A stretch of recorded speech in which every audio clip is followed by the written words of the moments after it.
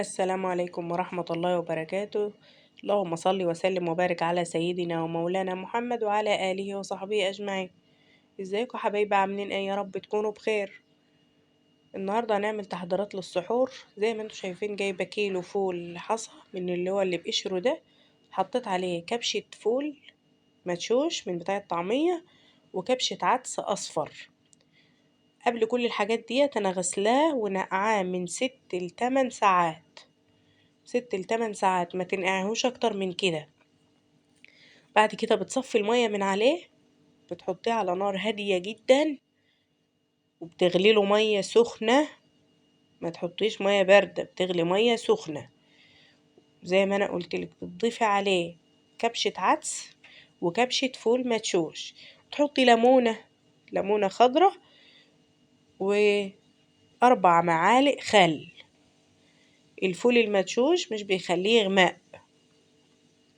الخل بيساعد معاكي على التسوية. والله مكون سحري هتنبهري منه. اعمليه كده ومش هتندم، هتدعيلي والله. وهتوليه عليه على نار هادية جدا وتنسيه بقى دلوقتي. وتعالي معايا نعمل عجينة الطعمية. جايبة كيلو فول مدشوش، بليته من 6 ل8 ساعات. بعد كده صفيته، حطيته في مصفى يتصفى من المية اللي عليه عشان ما يبقاش فيه مية خالص. بعد كده جبتله كرات. ممكن تجيبي كرات مصري اللي هو الكرات الصغير ده، ممكن تجيبي الكرات اللي هو شبه البصل الأخضر. باخد العيدان بتاعته بس، وبحط عليه الكيلو الفول المدشوش، بحط له بصلتين ناشفين، ما بحطش اكتر من كده، ما تكتريش بصل.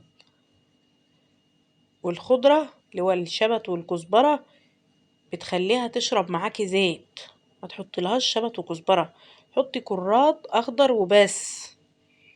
انا حطيت كرات الاخضر وحطيت لها بصلتين. الكيلو الفول بتحط له بصلتين، النص كيلو بتحط له واحدة بس. وحطيت شوية كمون وشوية ملح بس.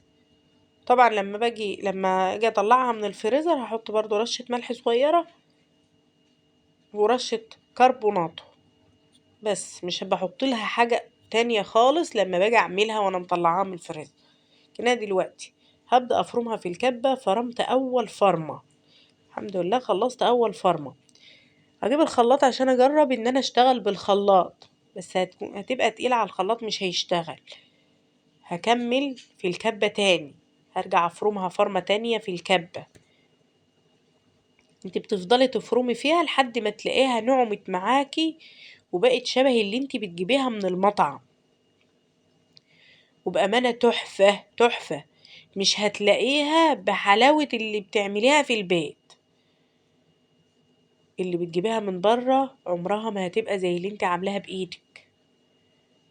جميلة جدا ونظيفة وجميلة. انا دلوقتي بفرمها، قربتلك الكبة عشان اقولك ان هي، شوفي نعمت معايا ازاي، بدأت تنعم معايا.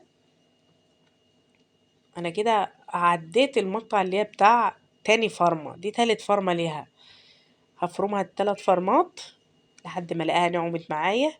هي كده دلوقتي اهي ما شاء الله. احنا وصلنا لحد هنا وما حطناش لايك ولا عملنا ولا ضغطنا اشتراك. اضغطي لايك واشتراك وفعلي زر الجرس عشان يوصلك كل جديد ان شاء الله. كل سنة وانتم طيبين يا حبايب، متنسوش اللايك. ودعوة حلوة ليا منكم ولكم بالمثل ان شاء الله. هنا حطيت عليها شوية كزبرة حصى، وهبدأ أضرب فيها بالمضرب الكهرباء. لو مفيش مضرب كهرباء بالمضرب اليدوي عادي، بس هتبقى عايزة مجهود منك شوية بس. هنا الكاميرا والله ظلماها، لونها تحفة تحفة، شكلها ولونها جميل وهيش هشة كده وتحفة. كل ما بضرب فيها بالمضرب بتهش معايا بزيادة. انا دلوقتي هقسمها في الاكياس، اعينها في الفريزر. لما اجي اطلع منها هطلعها من بدري، وهحط عليها اول ما تفك هحط عليها رشة كربوناتو او بيكنج باودر، حاجة من الاتنين. ترشي عليها رشة كربوناتو او بيكنج باودر بس، وتضربيها ضربة بالمضرب اليدوي أو برضو بالمضرب الكهرباء، ده أو ده، أي حاجة متاحة عندك استعمليها. تيجي تقلي الطعمية في مقلاية صغيرة، مقلاية صغيرة وزيت كتير، وما تقلقيش على الزيت أو ما تزعليش على الزيت. الزيت اللي انت هتقلي فيه الطعمية ممكن تقلي فيه بطاطس عادي، تحمري فيه بطاطس عادي، مفيش أي مشكلة، يعني هتستفادي منه في كذا حاجة. دلوقتي أنا كنت عاملة العجينة من بدري، فلما جيت أقليها لازم أديها تقليبة حلوة عشان برضو تبقى هشة معايا كده. وهبدأ أقليها، لو عندك سمسم حطي سمسم على وشها، هتبقى تحفة تحفة. أنا هنا عملتها بالمعلقة، فشكلها مش حلو، يعني الشكل مش مدورة بقى وحلوة كده زي ما المرة الجاية إن شاء الله لما أجي أقليها معاكي تشوفي شكلها عامل إيه، وهكون جبت السمسم وهعملها بالسمسم وهصورها لك.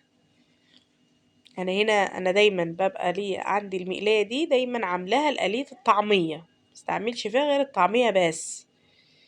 زيت كتير بقلي فيه طعمية كذا مرة مش مرة واحدة، وما بتشربش معايا زيت. ما هطلعه قدامك دلوقتي الزيت في المقلاية زي ما هو، وما فكتش معايا في الزيت ولا أي حاجة. الزيت بتاعها نضيف ورايق وتحفة، وهي شوفي لونها جميل معاكي ازاي. وهطلعها دلوقتي هتشوفي جمال لونها، اللون الذهبي الجميل، بأمانة تحفة. جربيها والله هتعجبك قوي. لو انت معايا لحد دلوقتي مكملة الفيديو، ما تنسيش اللايك والاشتراك وتفعيل زر الجرس عشان يوصلك كل جديد ان شاء الله. هنا انا بعمل الكمية اللي معايا هخلصها، هتشوفيها دلوقتي لما هتطلع من الزيت. وبرضه هوريكي الفول. الفول انا ما جبتوش وانا بكيسه، نسيت بصراحة اصور المقطع ده، بس هتشوفيه وانا بعمله وانا بحضره برضه للسحور. جميل، جميل جدا والله. اي حاجة بتعمليها في البيت تحفة تحفة ما شاء الله. اه شوفي بقى، هنا دي جميلة جميلة. الفول هنا عملت له طماطمايه وفصين توم، فرمته في الخلاط وولعت عليه بس. متنسوش اللايك والاشتراك وتفعيل زر الجرس عشان يوصلكوا كل جديد. كل سنة وانتم طيبين يا حبايب قلبي، ربنا يعود عليكم وعلينا الأيام بالخير يا رب. كل سنة وانتم طيبين، مع السلامة.